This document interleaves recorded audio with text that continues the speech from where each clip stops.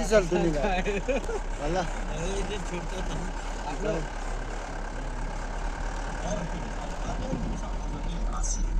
फिरौन की वो भी मर्दों के लिए मिसाल दी जा रही है मगर साहिबान ईमान यानी मोमिन मर्दों के लिए एक औरत मिसाल मर्दों के लिए आपकी तबीयतों पर कहीं की रानी ना जाए जैसा आपका वरना हो गया सलमान पहलवा मोहम्मद आलम देखिए हमारा किसी से जाति कोई मसला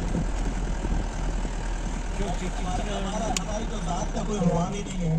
हमारा तो रोना भी तो फैले अहले बैत है हमारा तो हंसना भी तो फैले अहले बैत कुरान के बाद दो औरतों का जिक्र कर रहा है तकलीफ मचाई और अल्लाह ने कहा कि अगर इन ततूबा तुम दोनों ने तौबा भी तकलीफ